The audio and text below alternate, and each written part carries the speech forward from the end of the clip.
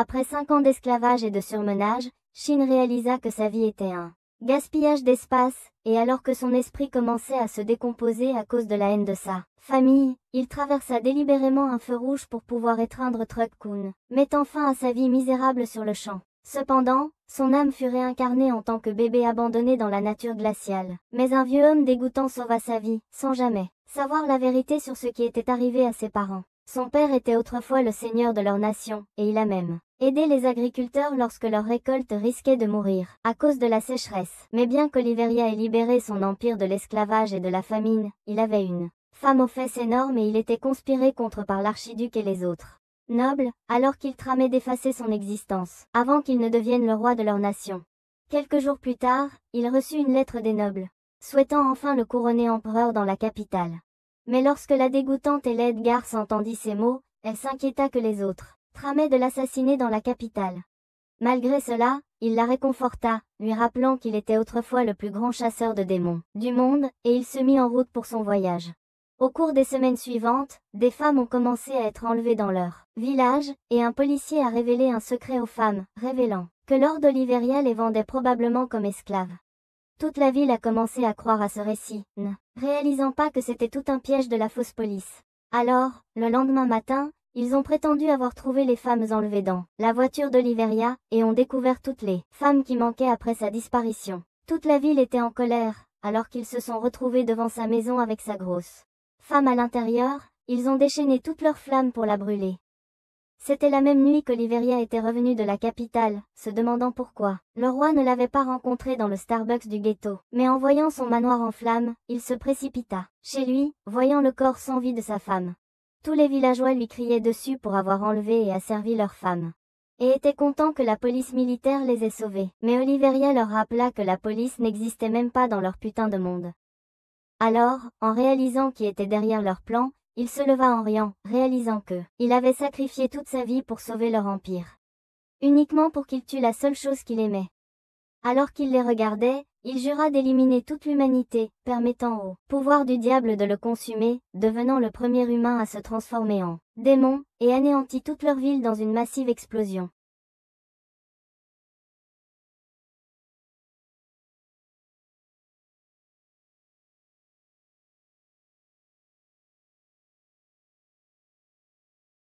Cependant, Shin naquit miraculeusement du corps de sa mère morte, et fut sauvé par le vieil homme des neiges glacées.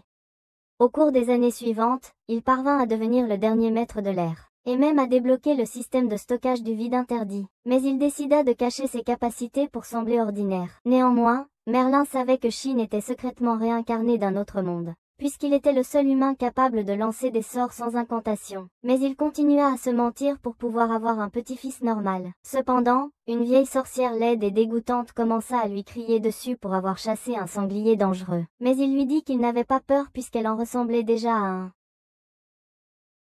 Merlin lui dit d'être plus gentil avec sa vieille grand-mère laide, mais son oncle réalisa qu'il devait rendre leur entraînement à l'épée encore plus difficile maintenant. Et ainsi 2 ans passèrent dans son nouveau monde, lorsque son grand-père décida de révéler le sinistre secret caché dans leur forêt. Il y a 10 ans, le premier démon naquit et faillit détruire une nation. Mais bien que Merlin ait sauvé le monde, il n'était maintenant qu'un tas de vieux os inutiles. Donc, pour protéger leur monde, il décida d'enseigner à son fils le domaine, l'expansion, lui permettant de trouver les démons dans leur voisinage environnant. Même si seulement 1 sur 1 million d'humains pouvaient utiliser cette capacité, Shin a lancé son domaine d'expansion en un instant, couvrant toute la forêt. Et l'a étendu encore plus loin que Merlin. Merlin a senti quelque chose d'étrange dans son aura. Mais Shin aperçut la présence d'un démon profondément dans la forêt. Et alors qu'il continuait à dévorer les corps d'animaux, Shin avait déjà trouvé le démon.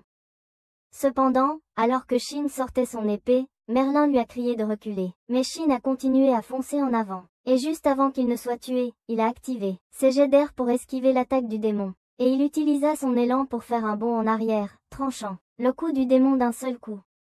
C'était la première fois de la vie de Merlin qu'il voyait un démon tué d'un seul coup, et il se demandait comment il avait enchanté son épée et ses bottes. Alors qu'il dormait cette nuit-là, Merlin pensait à lui comme à son propre petit-fils. Et bien que Melinda ressente la même chose, il savait qu'il était temps de révéler la vérité. Alors, après son entraînement à l'épée avec Michael le lendemain jour, Merlin lui dit qu'ils avaient besoin de parler. Et il révéla qu'il n'était pas son petit enfant. Bien que Merlin n'ait aucune idée de la façon dont il était né du corps mort de sa mère, il a révélé qu'il n'avait aucune idée de qui étaient ses parents. Néanmoins, il se demandait pourquoi Shin n'était pas triste en entendant ces mots, mais Shin a révélé qu'il l'avait toujours considéré comme son père. Donc il n'avait besoin de personne d'autre que de son sale petit cul sans valeur. 5 ans plus tard, sa famille s'était réunie pour célébrer son 15e anniversaire. Mais comme il était maintenant un adulte dans leur monde, Merlin a décidé de leur montrer l'étendue de ses pouvoirs, et les a emmenés dans la nature, car il était trop dangereux de le faire ailleurs.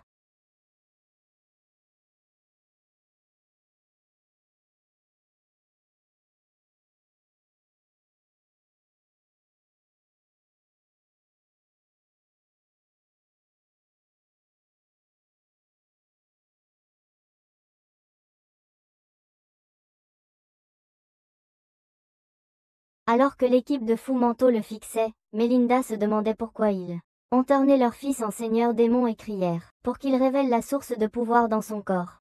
Cependant, il voulait garder secret le processus pour atteindre un tel corps puissant.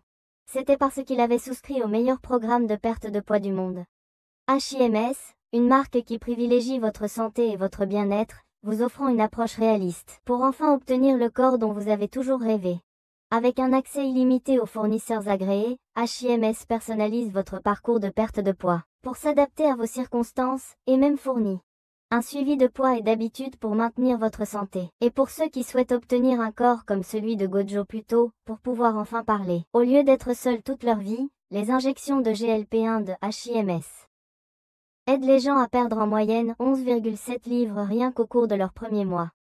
Alors, qu'attendez-vous? Inscrivez-vous au programme de perte de poids de HIMS pour enfin vous rapprocher d'un corps qui attire un harem de filles, et vous les aurez affluant vers votre lit plus facilement que n'importe quel protagoniste de Sekai. Et en plus de cela, HIMS propose l'un des tarifs les plus accessibles de l'industrie, tout en ayant leurs usines approuvées par la FDA. Avec des kits de médicaments oraux à partir de 69 $ par mois avec un plan de 10 mois. Et des injections de GLP-1 composées à partir de 165 $ avec un plan de 12 mois. Pour commencer votre plan personnalisé maintenant, cliquez sur le lien dans ma description, et commencez votre voyage pour devenir un véritable protagoniste d'anime. Vous serez enfin plus attirant, et vous n'aurez plus à vous soucier de vos 2 filles de harem, qui se feront voler par un groupe d'imbéciles parce que vous êtes un faible, moche, dégoûtant, perdant comme Shin. Alors que le conseil des idiots se rassemblait à nouveau, ils réalisèrent que les pouvoirs de Shin étaient suffisants pour détruire une armée nationale, et provoqueraient même des guerres. À cause de cela, DCOM demanda à Merlin de l'inscrire à l'Académie de magie, mais Merlin pensait qu'il prévoyait de l'assimiler à son pays. Mais lorsque Shin se demanda ce qu'il voulait dire par son propre pays, DCOM révéla qu'il avait caché son identité et avait avoué être le roi de leur nation. Michael était le commandant de l'ordre des chevaliers, et DCOM a révélé que Merlin était le héros de leur nation, et qu'il l'avait sauvé, à la dernière seconde avec Melinda. Elle était une bombe avant de devenir une vieille sorcière inutile, et, ensemble, ils avaient vaincu le démon, bien que son corps n'ait jamais été retrouvé. En entendant ces mots, Shin s'est demandé comment ils ne savaient pas qu'ils avaient jadis formé un groupe ensemble, mais Chris a révélé qu'ils étaient en fait mari et femme.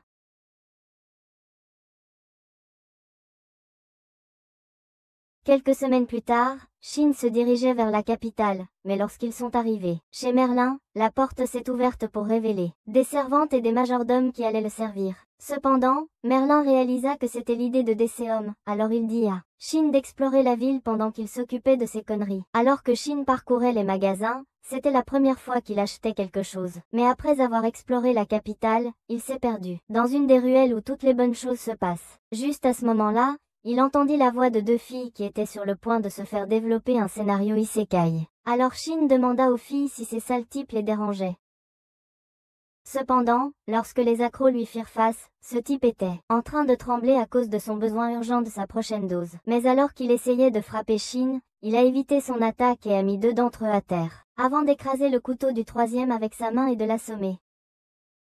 Alors que la première jolie fille essayait de lui demander comment il avait cassé un couteau, il lui a dit qu'il avait un autre couteau pour elle, avant de voir la plus grande personnalité de l'intrigue de sa vie, et de réaliser qu'il avait trouvé la fille de ses rêves. Quelques minutes plus tard dans un café, Maria le remercia de les avoir sauvés, et présenta Grant et McGee comme Cécilian. Quand il essaya de serrer la main de Cécilian, ses digues commencèrent à céder. Mais alors que Maria commençait à la taquiner, elle saisit sa main et atteignit l'orgasme à cet instant. À ce moment-là, Maria a révélé qu'il postulait à l'Académie de magie, et elle souhaitait rencontrer le sage et l'impératrice magique, et surtout voulait être détruite par leur enfant mystérieux. Cependant, la virginité de Shin a décidé de partir avant qu'elle ne le reconnaisse et qu'elle ne se déshabille en public. Mais une fois partie, Maria a remarqué que Cécilian le regardait toujours. Alors qu'elle essayait de demander s'il pouvait l'embrasser, Cécilian était dans un autre monde. Mais quand Maria a demandé s'il pouvait être son petit ami, Cécilian a crié qu'elle ne pouvait pas, ayant été prise au piège par Maria. Cécilian a avoué que son cœur battait fort lorsqu'elle l'a vu. Mais Maria savait qu'elle voulait quelque chose d'autre pour la pilonner. Le jour de l'examen d'entrée, Shin se demandait s'il reverrait un jour Cécilian. Mais en décidant de vérifier le tableau d'affichage, un loser inutile commença à lui ordonner de se déplacer. En ignorant son visage inutile, le loser essaya de le pousser, mais Shin tordit son bras. Alors que l'obsédé devenait en colère, il dit que son nom était Kurt, et qu'il était l'héritier du comte Reitzberg. Mais alors qu'il menaçait de mettre fin à Shin, un autre bâtard arriva, lui disant que faire étalage de son autorité allait à l'encontre du décret royal. Pour cette raison, il a dit que Kurt pourrait être puni par les royaux. Mais comme le moron a décidé de s'excuser, Auguste lui a dit de partir. Après que le bâtard ait éloigné son sale cul d'addict, Auguste s'est présenté à Shin. Mais quand Shin a remarqué que son nom de famille était Earls Hyde, il a réalisé qu'il était le fils du roi des Éomes. Bien qu'Auguste ait voulu garder son identité cachée, Shin a compris qu'ils étaient pratiquement cousins. Mais Maria se demandait comment Shin était ami avec le prince, et Cécilian a commencé à se demander qui était vraiment Shin. Quand la première phase des examens d'entrée commencèrent à résoudre un test écrit. Mais quand ils en sont venus à l'examen pratique, l'instructeur leur a demandé de viser la cible avec leur meilleur sort. Quand le premier étudiant s'est présenté, Shin était excité de voir un autre utilisateur de magie de son âge.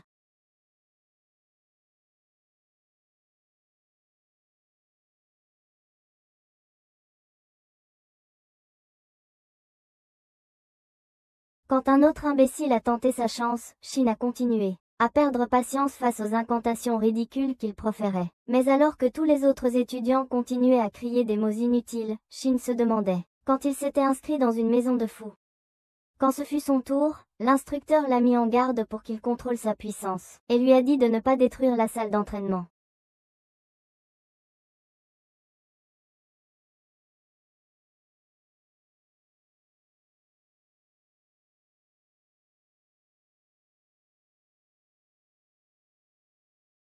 Quelques jours plus tard, Shin et Auguste ont découvert qu'ils avaient réussi l'examen, et sont devenus les meilleurs amis.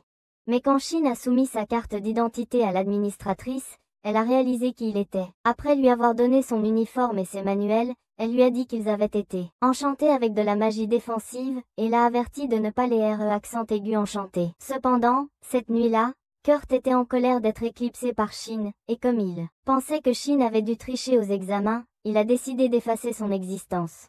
Pendant ce temps chez lui, Shin a commencé à accent aigu enchanter son uniforme, donc alors qu'il annulait les sorts de défense magique et de suppression de choc, il a commencé à les remplacer par des sorts d'auto-guérison et d'absorption absolue. Alors qu'il réussissait à peine, il criait que sa magie fonctionnait d'une manière ou d'une autre. Mais quand Melinda fit irruption pour le faire taire, elle réalisa qu'il venait de briser les lois de la magie elle-même. Le lendemain, lorsqu'ils arrivèrent pour la cérémonie d'entrée, elle avertit Shin de ne rien dire à personne concernant son uniforme accent aigu enchanté, mais les autres familles commencèrent à se précipiter vers eux après avoir reconnu Merlin et Melinda. Avant longtemps, ils arrivèrent dans la salle, mais lorsque Shin fut appelé à prononcer le discours d'ouverture, Cécilion et Maria réalisèrent qu'il était le petit-fils du héros. Cependant, pendant que Shin donnait son discours, la vue de son visage laid ne faisait qu'irriter davantage Kurt. Le lendemain, après leur cours, Maria a dit à Shin que Cécilion était harcelé par un harceleur qui profitait de la puissance de sa famille pour la menacer. Quand Shin s'est demandé où se trouvait le perdant, Kurt a crié son nom, exigeant de savoir pourquoi elle parlait à un autre homme. Alors qu'il essayait de l'écarter, Shin a frappé sa main, et promis de la protéger quoi qu'il arrive.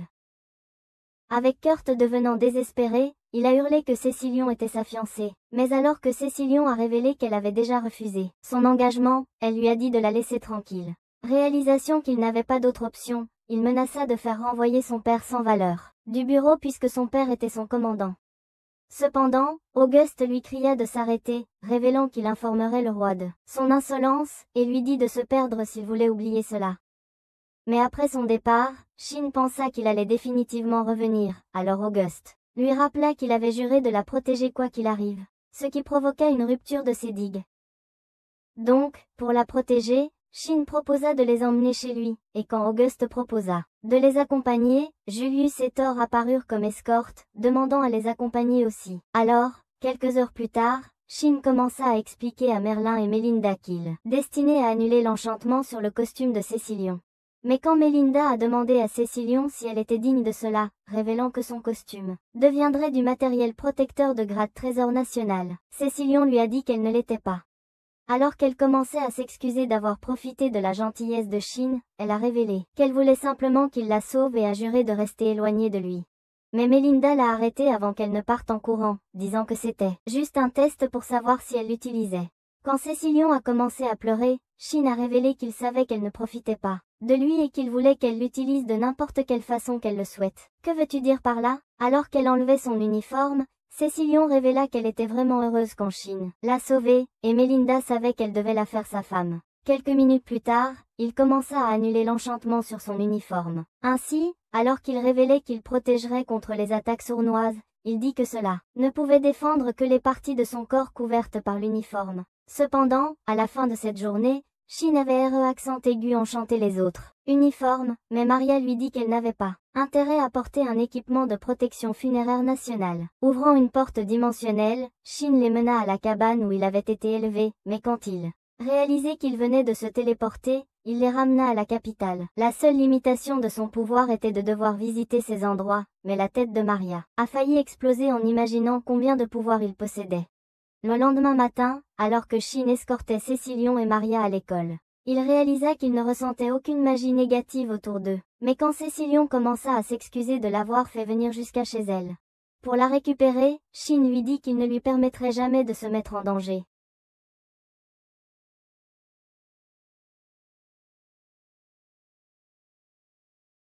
Quand ils arrivèrent à l'école, Auguste remarqua les filles qui l'entouraient. Mais alors qu'il se demandait s'il avait eu une relation à trois avant même le début des cours, Shin lui dit qu'il était celui qui avait l'air d'un virgin. Juste à ce moment-là, le professeur nommé Alfred est arrivé. Après leur avoir fait visiter l'école, il a expliqué qu'ils devront se diviser en différents groupes d'études en fonction de leurs compétences magiques. Réaliser qu'aucun des groupes ne serait un défi pour Shin, Auguste a suggéré qu'il crée son propre groupe d'études, et la plus grande canonne de tous les animes a dit qu'elle serait prête à se joindre aussi. Et alors qu'Alfred réalisait qu'ils avaient leurs 5 membres prêts à former un groupe, il a proposé d'être leur conseiller pédagogique. Alors Cécilion a supplié Shin de lui enseigner tout ce qu'il savait sur l'anatomie aussi. Cette nuit-là, alors que Ritzberg commençait à crier pour Kurt, il lui a dit qu'il avait reçu un. Il a été convoqué par le roi et a commencé à le réprimander pour avoir abusé de son autorité. Mais Kurt se croyait spécial et a commencé à dire que il ne devrait pas être traité de la même manière que les roturiers. Et alors qu'il disait à son père qu'il continuerait à abuser de son autorité, il a blâmé Shin pour tout ce qui se passait. Réalisant que Kurt perdait la raison, Ritzberg l'a frappé au sol, et alors qu'il disait qu'il le punirait pour être inutile, il a dit à la sécurité de l'enfermer. Le lendemain, après que Shin et les filles aient appris que Kurt avait été puni, Shin a commencé à se demander si Kurt avait toujours été un idiot. Mais comme Julius leur a dit qu'il n'était pas toujours comme ça, Thor a révélé qu'il fréquentait la même école intermédiaire. Et en expliquant que Kurt a commencé à changer quand il a commencé à traîner avec un professeur louche nommé Strom. Il a dit que le professeur de magie transférée avait en fait été exilé de l'Empire. Il a poursuivi en disant que Strom portait toujours un cache-œil. Il a dit qu'il était censé être aveugle, mais Shin se demandait pourquoi ce nom lui rappelait son père. Pendant ce temps, le professeur inquiétant était arrivé chez Kurt. Mais tandis qu'Oliverius Strom trouvait Kurt ligoté à l'intérieur une pièce, il pensait qu'il était inutile et pathétique. Cependant, Kurt était toujours en colère. Alors qu'il commençait à dire que Shin était un imbécile d'avoir volé sa copine, Strom commença à remplir son corps d'énergie démoniaque, lui disant de se venger de Shin. De retour à l'école, pendant que Shin et les autres élèves se dirigeaient vers leur prochain cours, Shin sentit la présence d'un démon. Mais quand il regarda vers les buissons, il aperçut Kurt caché au loin. Alors que les autres le remarquaient, Kurt libéra du feu pour les anéantir. Mais alors que Shin réussit à le protéger avec une barrière, les flammes ont presque brûlé tout son corps.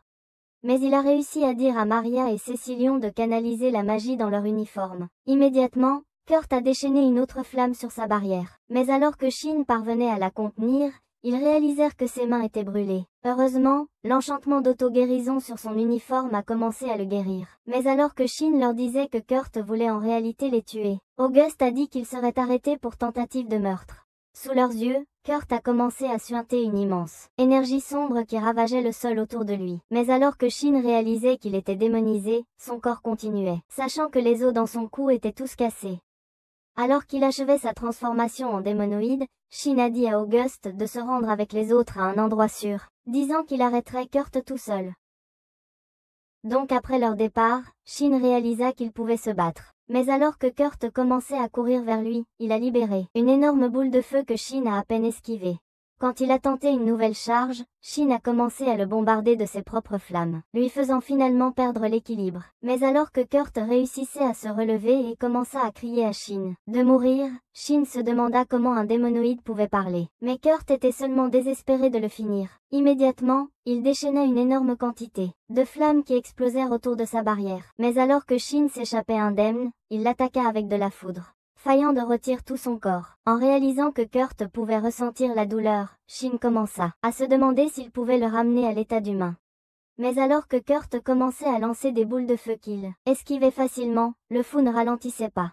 Et alors qu'il commençait à rassembler de la magie en lui pour créer une explosion, Shin a essayé de l'arrêter avec une décharge électrique, mais cela a été repoussé par la barrière. Réalisé que la magie énorme ferait exploser toute l'école, Shin a invoqué sa vibration ultrasonique. Alors qu'il activa ses jets d'air pour se précipiter vers Kurt, il a évité ses attaques et lui a tranché la tête d'un coup net. Cependant, la culpabilité a commencé à peser sur lui, alors qu'il se demandait si le tuer était la bonne chose à faire. À ce moment-là, ses amis sont arrivés. Mais quand Cécilion a commencé à vérifier les blessures, Maria se demanda comment il avait réussi à vaincre le démon tout seul. Quelques heures plus tard, Strom observait tout. Mais il considérait son expérience comme un succès et était heureux de retrouver enfin son fils. Au moment où Shin arriva chez lui, ils réalisèrent que le roi d'Essium l'attendait. Et la garde du roi commença à annoncer que Shin allait recevoir la première distinction pour avoir tué un démon. Cependant, lorsque Merlin commença à penser que Decium essayait de l'utiliser à des fins politiques, Decium expliqua que c'était la même récompense qu'il avait reçue après avoir tué un démon plusieurs années auparavant. Et avec la nouvelle s'étant répandue dans toute la ville, il pensa qu'il était juste d'honorer Shin pour un accomplissement équivalent. Réalisation qu'il avait raison, Merlin décida de permettre le prix, mais menaça de quitter la capitale si Decium essayait d'exploiter Shin. Quelques jours plus tard, alors que Shin, Maria et Cécilion marchaient dans la rue, toutes les filles remarquèrent leur nouveau héros, et alors qu'elles souhaitaient qu'il utilise son épée pour aérer leur intérieur, elles se demandaient si la vilaine garce à ses côtés était sa copine. Juste à ce moment-là, Shin décida de s'excuser de l'avoir entraîné dans toute cette publicité. Mais alors que Cécilion lui dit qu'il n'y avait rien à craindre à propos, elle a dit qu'elle était prête à rester à ses côtés. Mais alors que Shin entendait ces mots, il réalisait qu'il lui avait dit exactement la même chose. Pendant ce temps, deux enquêteurs du bureau de sécurité nommés Carlos et Alt enquêtaient sur l'incident des démonoïdes.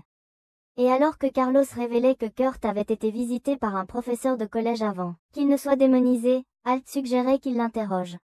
Lorsqu'ils arrivèrent dans la chambre de Strom, les hommes se présentèrent. Mais en remarquant que Strom utilisait de la magie sensorielle, Alt se demanda s'il était vraiment aveugle. Cependant, alors qu'ils commençaient à dire qu'ils avaient découvert qu'il enseignait la magie à des étudiants dans un groupe d'études, il se demandait s'il avait appris ce qui était arrivé à l'un de ses étudiants. Alors que Strom révélait qu'il l'avait fait, il continua en disant qu'il n'aurait jamais imaginé que Kurt deviendrait un démonoïde. Strom ayant accidentellement laissé échapper l'information, Alt décida de l'inviter à examiner le corps de Kurt, disant qu'ils essayaient de rassembler une équipe de spécialistes capables de comprendre comment il était devenu un démonoïde. Mais alors qu'ils suivaient Alt dans le tunnel, ils se demandaient pourquoi ils avaient l'intention d'examiner un corps ici. Mais Alt dit qu'ils étaient dans des circonstances difficiles. À ce moment-là, une armée de chevaliers et de mages les entoura. Alors qu'elle commençait à dire à Strom qu'ils avaient l'intention de l'arrêter, il expliqua qu'il avait commis une erreur plus tôt. Car après l'incident, le roi d'Issium avait émis un ordre de silence qui interdisait à quiconque de révéler que Kurt était le démon. Ainsi, personne d'autre dans la capitale ne connaissant la vérité, Alt se demandait comment il avait réussi à découvrir que Kurt était le démon. Réalisant qu'il était démasqué, Strom décida d'admettre qu'il avait en fait utilisé Kurt comme un expériment. Mais alors qu'il révélait qu'il avait terminé toutes ses expérimentations dans la capitale, Alt ordonna aux mages de l'attaquer. Pendant ce temps à l'extérieur, Shin et ses amis se dirigeaient vers l'atelier de Mark. Mais alors que les murs explosaient, Shin et August ont repéré Strom dans l'aire de parade. En remarquant le patch sur son œil, Shin se demanda s'il était le professeur Creepy. Alors qu'August lui disait que c'était le cas, Alt révéla qu'il avait transformé Kurt en démonoïde. Cette découverte mettant Shin en colère, il se précipita vers lui, avec une vibration ultrasonique, lançant une flamme dans sa direction. Mais Strom la repoussa. Immédiatement, Shin faillit le trancher par derrière. Mais alors qu'il l'esquivait, Shin commença à l'attaquer à nouveau, jusqu'à ce que Strom libère une décharge ardente qui le repousse. Voulant l'attraper, Shin fait surgir de grandes pointes depuis le sol. Mais alors que Strom s'élevait au-dessus d'eux, Shin réalise qu'il flottait dans les airs. Déterminé à le mettre fin malgré tout, Shin se lance avec ses jets d'air, tranche son visage et lui inflige un feu. Mais alors que Strom libère une énergie massive qui le repousse encore une fois, cela brise son bandeau oculaire. À ce moment-là, Shin remarque ses yeux. Mais alors qu'il réalise qu'il est également un démonoïde, Strom lui dit que les humains sont devenus une créature insignifiante, et dit qu'il les utilisera pour autant d'expériences qu'il le souhaite. Devenir une créature insignifiante, et dit qu'il les utiliserait pour autant d'expériences qu'il le voudrait. Et dit qu'il les utiliserait pour autant d'expériences qu'il le voudrait. Désespéré pour l'arrêter, Shin déchaîna des flammes vers lui. Mais en l'esquivant, Shin espéra que sa prochaine attaque le toucherait. Alors que Strom préparait son propre assaut, de puissants rayons du soleil s'abattirent sur lui. Et alors que les rayons augmentaient avec une chaleur intense qui grilla tout son corps, Strom hurla de douleur avant d'exploser dans un grand nuage de fumée. Avec le rayon thermique ayant transformé le sol en verre, Thor commença à se demander comment Shin avait réussi à créer une telle chaleur. Mais Shin réalisa qu'il y avait quelque chose d'anormal dans l'explosion. En parallèle, Strom était parvenu à s'échapper de la ville, et quand il réalisa qu'il n'avait survécu que parce qu'il avait libéré la magie explosive, cela lui a permis de s'échapper. Il pensait que Shin était un adversaire redoutable, et a conclu qu'il devait rester à l'écart de lui. Quelques jours plus tard, alors que Shin et ses amis se promenaient dans la ville, Shin a dit à August que Strom était toujours en vie, et a expliqué qu'il avait essayé de recréer le rayon de chaleur dans la nature, mais a découvert qu'il ne produisait pas d'explosion. En révélant que Strom devait avoir fait semblant d'exploser pour pouvoir les tromper, August a réalisé que c'était possible, et a dit à Shin que les royaux financeraient son arme, étant donné qu'il représentait la plus grande menace pour Strom. Après leur arrivée dans l'atelier, le forgeron inutile nommé Harold a commencé à crier sur Mark pour qu'il se mette au travail. Mais quand August se présenta, Harold réalisa qu'il était le prince et tous les travailleurs s'inclinèrent immédiatement. Lorsqu'August lui dit qu'il avait l'intention de fabriquer une arme pour Shin, il révéla que Shin était le petit-fils du héros, ouvrant ainsi les vannes. Mais alors qu'Harold acceptait de fabriquer l'arme, il dit que c'était le plus grand honneur de sa vie sans valeur. Pendant ce temps, dans l'empire de Blusvia, un homme inutile nommé Zest disait au régent que la capitale était en émoi à cause de l'augmentation des démonoïdes. Alors que le régent pensait que c'était sa chance de prendre le royaume, il partit se préparer à la guerre. De retour dans la capitale, après que Shin et ses amis aient quitté l'atelier, il a commencé à se demander quel accessoire il pourrait acheter pour Cécilian. Mais comme elle pensait qu'il avait l'intention de lui acheter une bague, elle a commencé à paniquer à l'idée d'une proposition.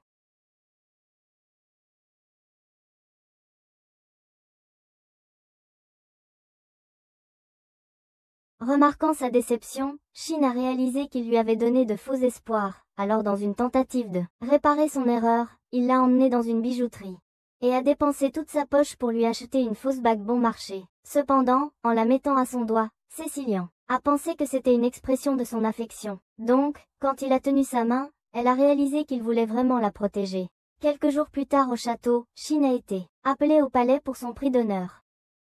Alors que le roi d'Isium commençait à dire qu'il le méritait, il lui a conféré la première distinction honorifique, en annonçant que Shin n'était invité qu'à assister à l'académie de magie.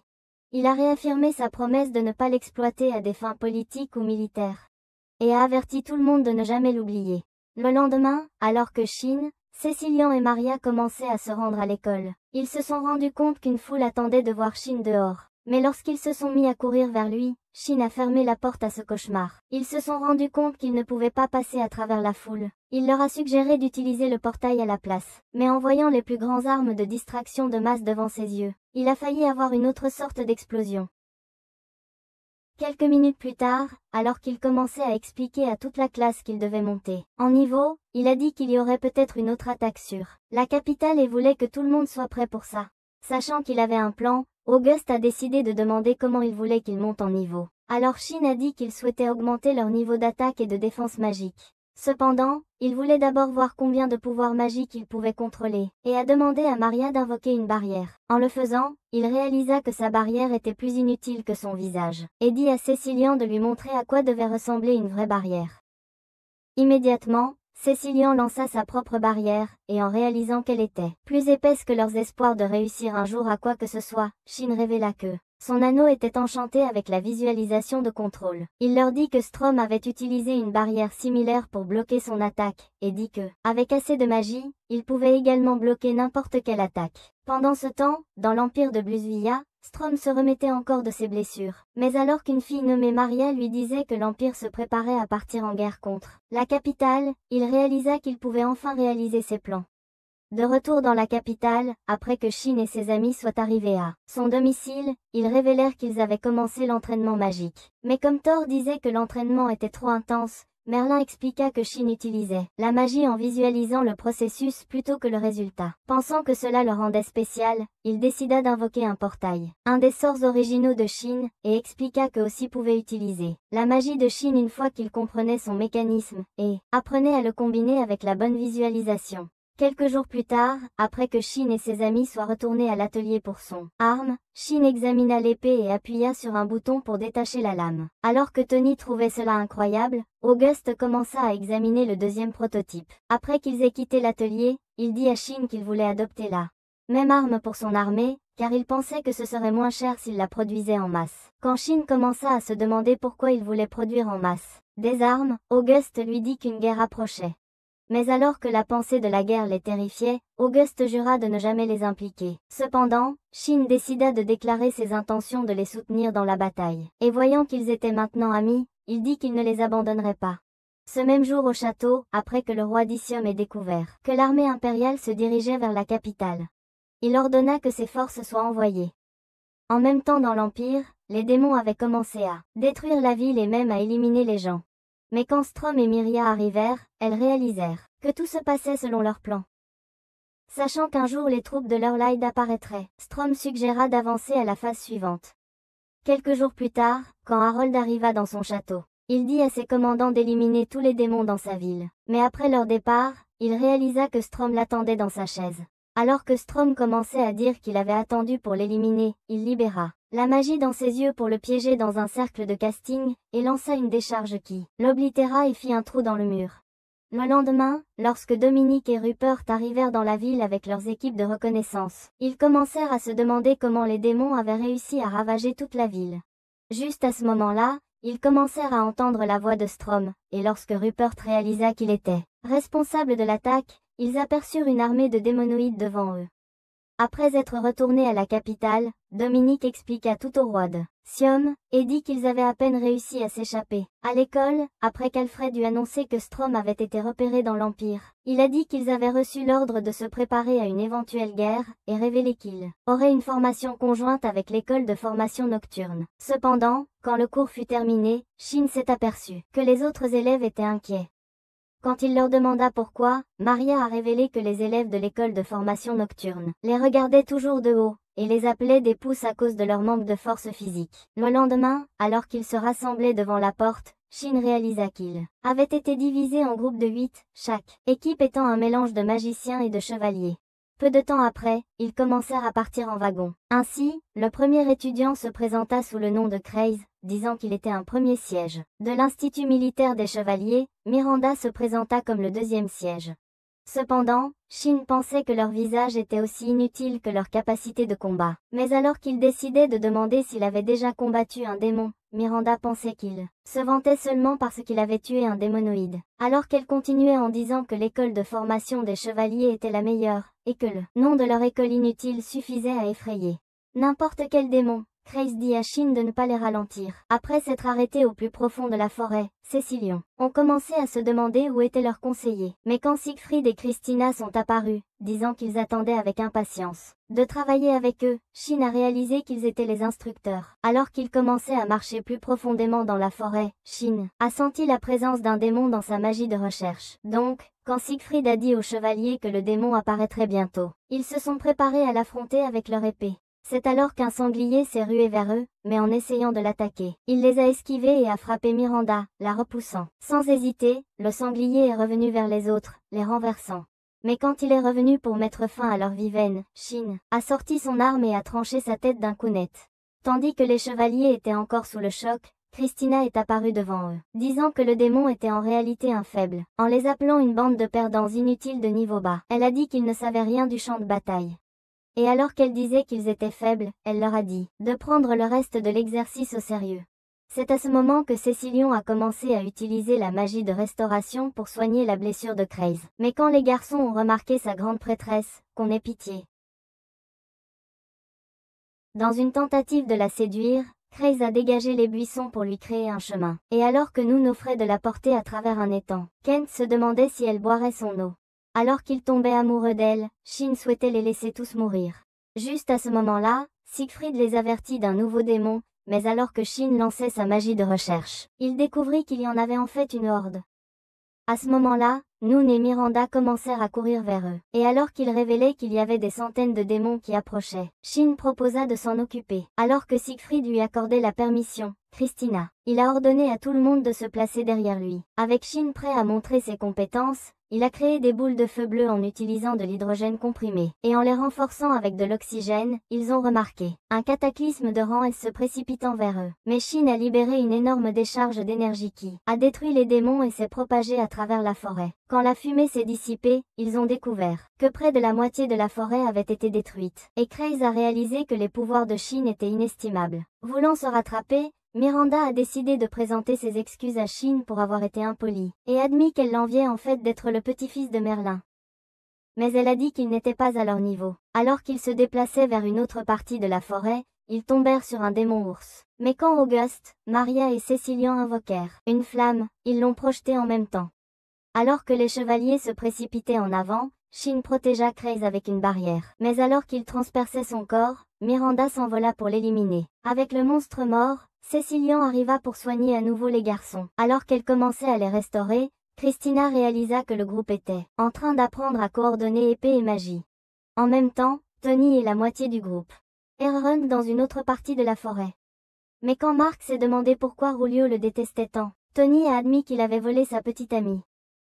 Mais même si elle l'avait quitté, il l'avait déjà fait se faire sucer par elle. Ce qui a fait réfléchir Rulio à l'idée de se transporter ailleurs. Dans une autre partie de la forêt, un autre groupe de chevaliers inutiles essayait d'intimider Alice et son groupe. Et les garçons inutiles leur ont dit qu'ils pouvaient rentrer chez leur maman s'ils avaient peur. Cependant, quand les filles se sont rendues compte qu'elles pouvaient à peine tenir tête aux démons de niveau bas, Alice a convoqué ses flammes pour les oblitereurs. Alors que Yuri déchaînait sa glace, l'un perdit le contrôle de son éclair et brûla toute la forêt. Au moment où ils revinrent tous à la capitale, Shin remarqua que les filles avaient l'air plus laides que le visage sans valeur de Melinda. Alors qu'Alice expliquait que l'un avait perdu le contrôle de son pouvoir, Shin réalisa que Rulio était toujours en colère. Quelques semaines plus tard, alors que les filles s'entraînaient dans la nature, Auguste réalisa que tout le monde s'améliorait. Mais quand il demanda à leur parler, il commença à révéler que les démonoïdes semaient le chaos dans l'Empire. Et comme il l'a dit, ils avaient détruit toutes les villes et villages autour du royaume. Il a dit que chaque noble avait été anéanti. Avec l'augmentation des démonoïdes, Auguste a dit qu'il devait former une coalition pour s'opposer à eux. Et alors qu'il révélait qu'ils se multipliaient à chaque attaque, Shin a réalisé que Strom transformait de plus en plus de gens en démonoïdes. Réalisation qu'il attaquerait finalement la capitale, Shin savait qu'il devait être prêt, donc après avoir suggéré qu'il parte en camp d'entraînement, Yuri se demandait chez qui il camperait. Ne sachant pas quoi faire, Shin a commencé à demander des recommandations. Alors que Maria lui disait que la maison de Cécilian serait parfaite, et a mentionné que sa famille possédait une source chaude, Shin a immédiatement accepté. Cette nuit-là, après avoir parlé à Merlin et Melinda du camp d'entraînement, Merlin a dit que c'était une bonne idée, compte tenu des circonstances critiques, avec l'augmentation des démonoïdes.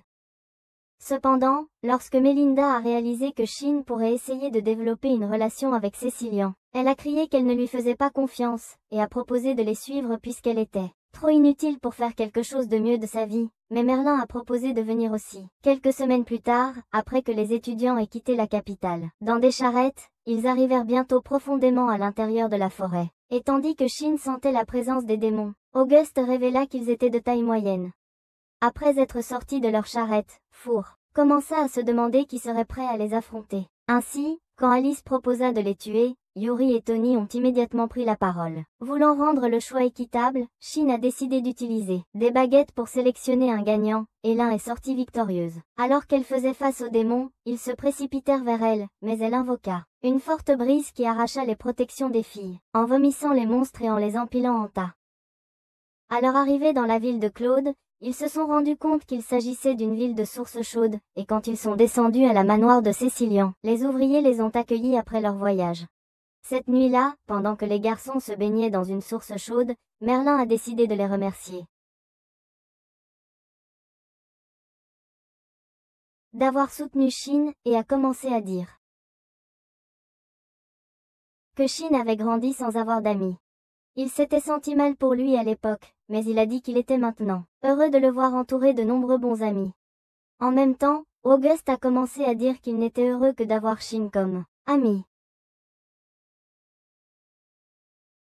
Ami, car il était le seul à le considérer comme un égal. Mais comme ces mots rendaient Shin heureux, il a dit à Merlin qu'il était reconnaissant de l'avoir élevé et entraîné, car il pensait qu'il aurait été complètement inutile s'il ne l'avait pas fait.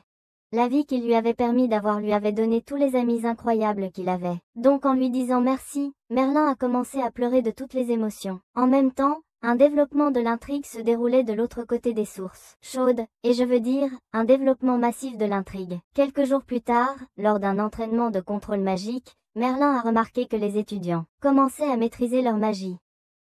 Mais quand la magie de l'un a failli les faire exploser, elle a réussi à la réprimer. Le lendemain, Melinda leur expliquait l'enchantement des équipements magiques. Et Shin était ravi que le camp se déroule mieux qu'il ne l'attendait.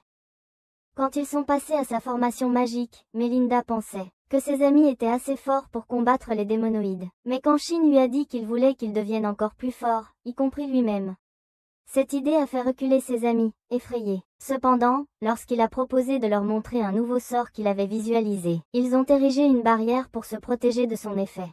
Et Auguste a dit aux autres de ne pas baisser leur garde.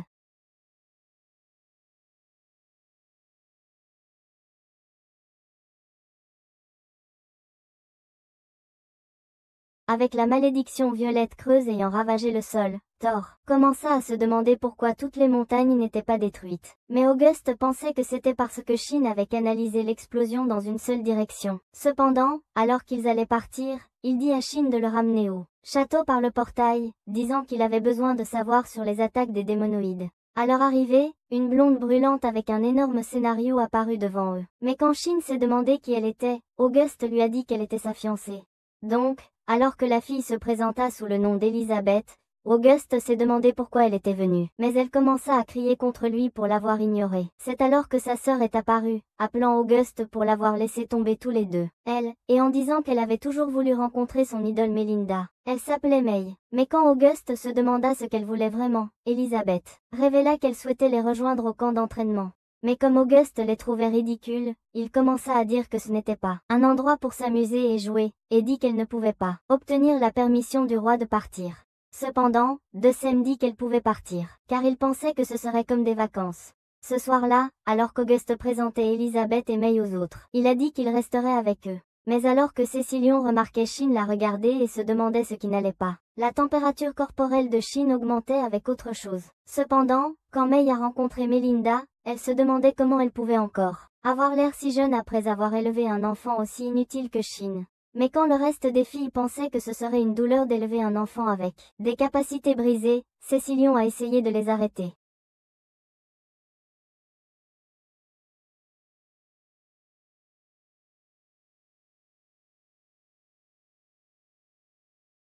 Cependant, Auguste pensait que c'était le dernier indice que Shin avait besoin d'entendre. Cette nuit-là, après que Shin ait trouvé Cécilion toute seule, elle a décidé de s'excuser pour ce qu'elle avait dit plus tôt. Mais comme Shin lui avait dit qu'il était flatté d'entendre sa confession, il lui rappela comment ils s'étaient rencontrés et admit qu'il l'avait trouvée mignonne la première fois qu'il l'avait vue. Alors que ces paroles la firent rougir, Cécilion admit qu'elle avait également trouvé qu'il était beau la première fois qu'elle l'avait vu.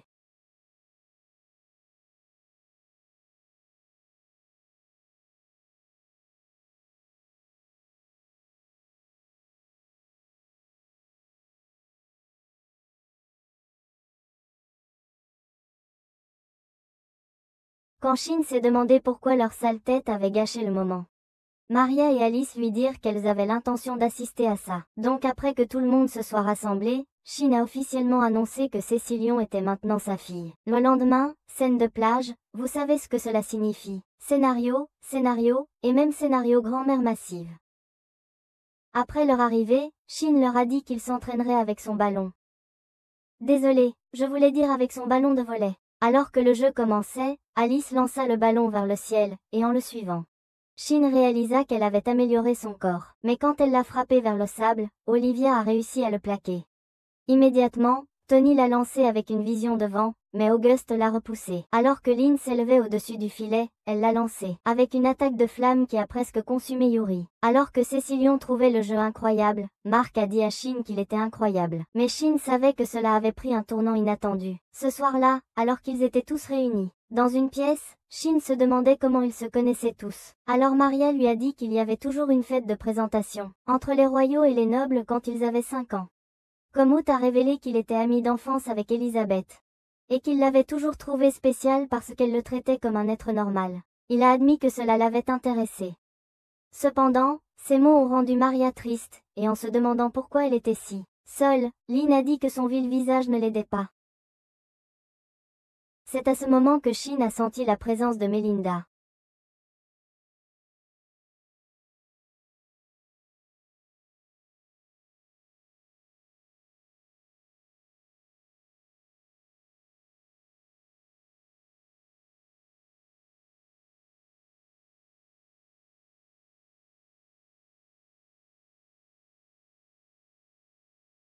Avec les yeux de Melinda flamboyants derrière lui, elle se demandait pourquoi il se précipitait à développer l'intrigue. Mais alors qu'elle pensait que son visage inutile avait une mauvaise influence sur tout le monde, elle les convoqua tous pour une réunion. Cependant, lorsque Shin se réveilla le lendemain matin, il réalisa qu'il avait à peine dormi en se remémorant ses énormes canons. Mais en croisant Cécilion, ils rougirent à la vue l'un de l'autre. Voulant être un gentleman, il décida de l'inviter à prendre le petit déjeuner, mais elle demanda à lui parler en privé. Lorsqu'ils arrivèrent dehors, Cécilion expliqua qu'elle voulait qu'il la rencontre. La famille, et Shin a réalisé qu'il était temps de les confronter. Alors qu'ils étaient chez eux, les parents de Cécilion, Cécile et Aileen ont commencé à se demander pourquoi ils étaient venus. Alors que Shin leur disait qu'ils sortaient avec leur fille, il a dit qu'il voulait demander leur approbation.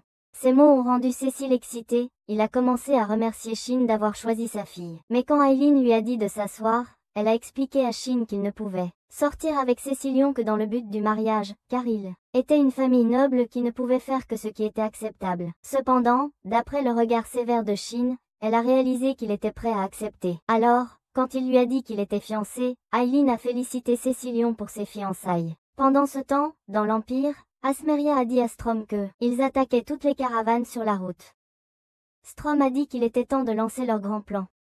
En même temps, dans la nature, Shin était prêt à montrer un nouveau sort. Mais ses amis ont mis en place une forte barrière pour leur protection, pensant que ce serait une autre explosion. Cependant, quand il leur a dit que ce n'était pas un sort d'attaque, ils ont décidé de retirer leur barrière. Sous leurs yeux, Shin a commencé à transférer sa magie dans une pierre. Alors qu'il activait un sort, la roche s'éleva dans les airs. Tout le monde en état de choc. Elisabeth commença à se demander quel genre de magie c'était. Alors que Shin révélait que c'était de la magie de lévitation, il expliqua qu'il avait utilisé un sort antigravité en visualisant l'opposé de quelque chose qui tombe. Décidant d'augmenter la difficulté, il lança le sort antigravité. Et en utilisant la magie de lévitation, il s'éleva devant leurs yeux, et appliqua la magie du vent pour se déplacer d'un côté à l'autre. En atterrissant, déclarant l'expérience un succès, Cécilion réalisa que son homme était incroyable. La nuit venue, après que Shin eut dit à Merlin et Melinda qu'ils s'étaient engagés, Cécilion a décidé de prendre la responsabilité. Mais comme Melinda s'attendait à cette nouvelle, elle a dit qu'elle avait besoin de parler avec les parents de Cécilion avant que la nouvelle ne devienne publique. Au moment où ils sont arrivés, Cécile les a accueillis chez lui. Mais Melinda a dit qu'ils étaient venus leur dire quelque chose d'important. Alors qu'ils étaient assis dans la salle privée, Merlin a décidé de révéler que Shin n'était en fait pas son petit-fils. Et alors que Melinda commençait à dire qu'il devait avoir accepté sa proposition parce qu'il pensait qu'il l'était, elle a dit qu'il n'avait aucun lien de sang. Cependant, Cécile leur a dit de ne pas penser si bas de sa famille, et a révélé que ils ont approuvé l'engagement de Shin avec leur fille, car ils tenaient à Cécilion et essayaient toujours de la protéger. Leur décision était basée sur le souci pour leur fille. Donc, quand Aileen a affirmé que c'était la vérité, Melinda s'est excusée d'avoir mal jugé leur comportement. En même temps, Cecilion a commencé à dire qu'elle aimait Shin tel qu'il était, et a admis qu'elle avait ressenti cela dès leur premier jour ensemble. À mesure que ses paroles rendaient Shin heureux, il a remercié Cecilion et Aileen d'accepter qui il était, et a dit qu'il protégerait Cecilion et s'occuperait d'elle pour toujours. Quelques jours plus tard, après que Shin et ses amis se soient équipés de nouveaux vêtements, Shin a dit qu'il chasserait un démon calamité de rang S. Craignant de ne pas être assez fort, Olivia a essayé de dire qu'il ne pouvait pas le vaincre. Mais Shin a dit qu'ils étaient meilleurs qu'ils ne l'imaginaient, et a révélé que leurs vêtements étaient un équipement de combat défensif au maximum. Au moment où ils sont arrivés dans la forêt, Cecilion a commencé à ressentir la présence d'un démon. Et alors qu'elle disait que sa taille était énorme, ils ont repéré le lion.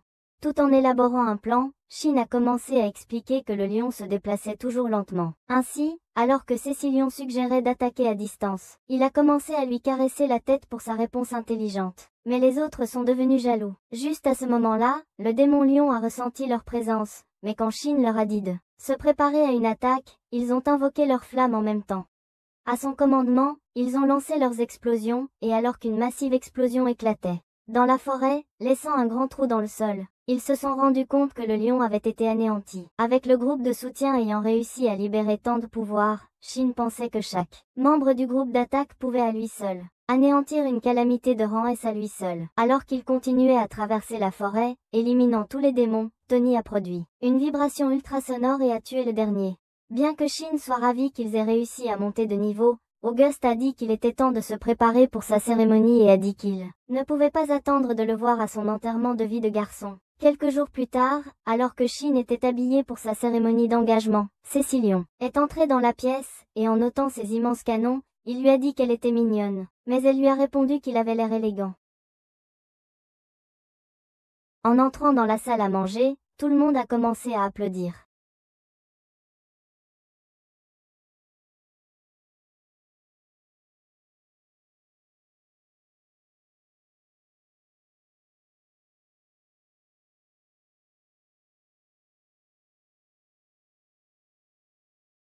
Mais quand le roi d'Isium a annoncé qu'il reconnaissait leur engagement, et en tant que témoin, il a porté un toast. Et tout le monde a acclamé le jeune couple.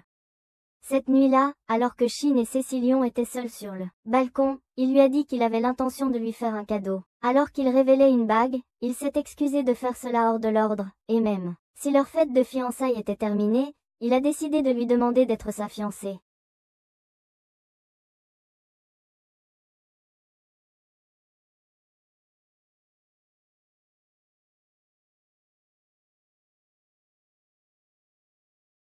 Dans les jours qui ont suivi, les autres étudiants avaient maîtrisé l'art de voler, Shin ayant lancé un sort de lévitation sur eux, et ils étaient heureux qu'ils commençaient à prendre de l'ampleur. Pendant ce temps, à l'Empire impérial, alors que Zest disait à Strom que la dernière ville avait été détruite, Myria réalisa que Zest avait réussi à affamer les roturiers pendant que les nobles se régalaient. Cela a finalement suscité du ressentiment chez eux, si bien que lorsque Strom les transforma en démonoïdes, ils massacraient facilement leurs seigneurs féodaux, et allaient même ravager les villages environnants. Myria savait que Strom détestait les nobles impériaux, mais se demandait pourquoi il avait décidé de victimiser les roturiers. Quelques minutes plus tard, alors que Strom commençait à s'adresser à son armée de démonoïdes, il les remercia pour leurs efforts dans la destruction de l'Empire. Mais alors qu'il commençait à dire que ravager l'Empire était son seul objectif, il a admis qu'il n'avait plus besoin d'eux. Comme ces paroles les rendirent en colère, les démonoïdes commencèrent à se demander pourquoi ils ne pouvaient pas continuer leurs attaques sur les autres villes et même prendre le contrôle du monde, mais Strom leur a dit de faire ce qu'ils voulaient. Ayant réalisé que son esprit était fait, l'un des démonoïdes nommé Fabro lui a dit qu'il mènerait ses propres intentions. Mais quand Strom s'est demandé pourquoi sa face pourrie était toujours là, Fabro a décidé de partir. Cependant, après que la majorité des démonoïdes eurent suivi, Zest a commencé à demander à Strom s'il avait bien fait de les laisser partir.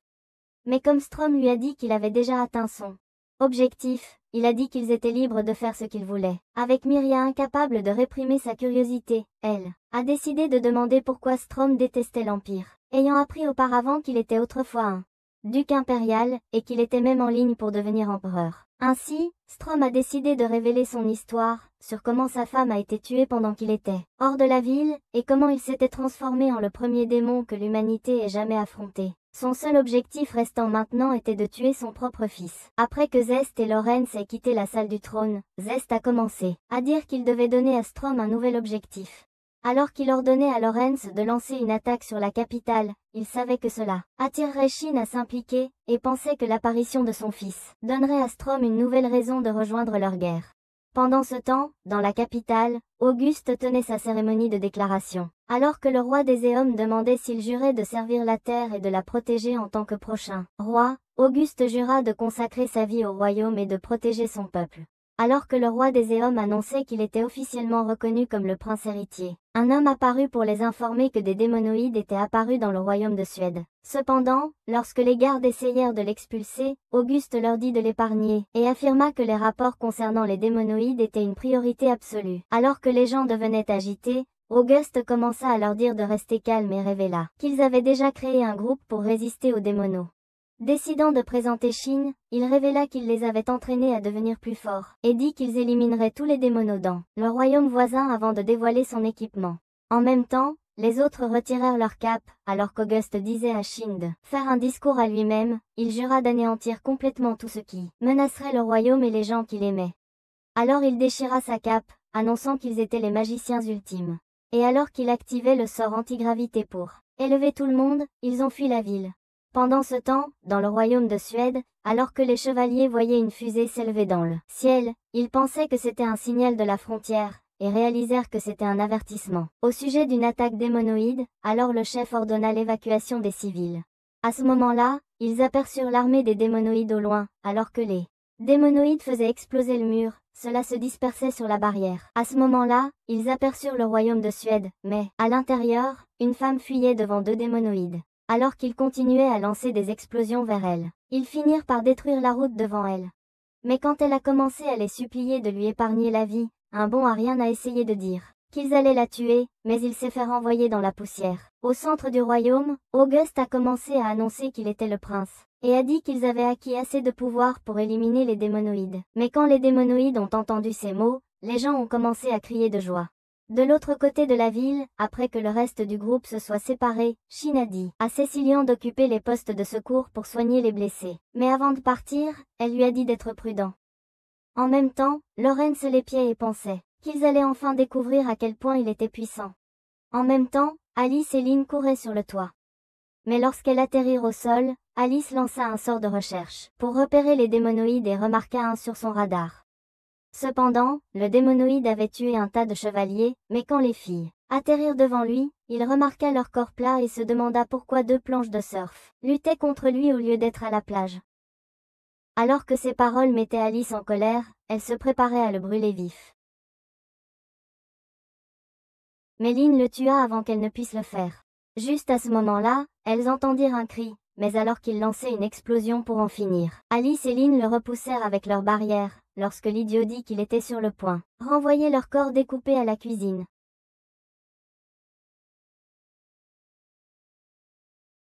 Alice se mit de nouveau en colère, mais alors qu'elle préparait une détonation, un feu éclata du sol, le consumant en cendres. En même temps, 2 démonoïdes avaient tué un autre chevalier dans une ruelle, mais alors qu'un cercle de conjuration emprisonnait l'un dans la glace, l'autre tenta de tirer sur Yuri. Mais Tony abattit les 2 démons en un clin d'œil. De l'autre côté, Julius et Thor avaient tué les 2 démonoïdes, mais à l'intérieur de la station de secours, Cécilion soignait les blessés. Alors que Shin commençait à annihiler les démons autour de lui, provoquant finalement une énorme explosion qui détruisit tout l'endroit, les autres commencèrent à se demander comment il était si puissant, mais il les a anéantis d'un geste. Alors que la vue remplissait Lorenz d'effroi, il commença à se demander comment Shin avait acquis la force de sa magie, et pensa qu'il était impossible de trouver sa faiblesse. Pendant ce temps, Auguste et Maria ne ressentaient plus la présence de démons. Mais comme elle l'avait dit, la zone avait déjà été dégagée. Fabro apparut devant eux. En réalisant qu'Auguste était le prince, il lui dit qu'il avait l'intention d'utiliser sa tête comme un trophée, pensant que le reste de ses amis s'enfuirait une fois qu'ils découvriraient que leur leader était mort. Voulant le prendre au dépourvu, Maria déclencha une explosion du sol, mais en réalisant qu'il avait utilisé 2 hommes comme boucliers, il a lancé un corps sur eux et a frappé Maria d'un coup de poing. Cependant, son équipement a réussi à atténuer la douleur, mais alors qu'il la saisissait, Fabro l'a projetée contre un mur. Néanmoins, elle est sortie des décombres, mais en remarquant que ses vêtements étaient munis de magie protectrice, Fabro a dit qu'il attaquerait les parties de son corps qui n'étaient pas couvertes. Décidant de riposter, Maria lui a lancé une boule de feu.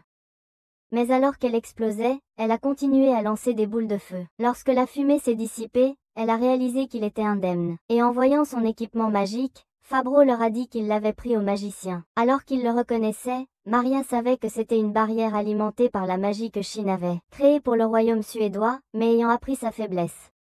Maria et Auguste se sont séparés. Immédiatement, Auguste a déchaîné la foudre sur lui, mais alors qu'il utilisait la barrière pour repousser cela, Maria a commencé à lancer des boules de feu à nouveau, créant une énorme explosion, qui a finalement brisé la barrière et brûlé le corps de Fabro.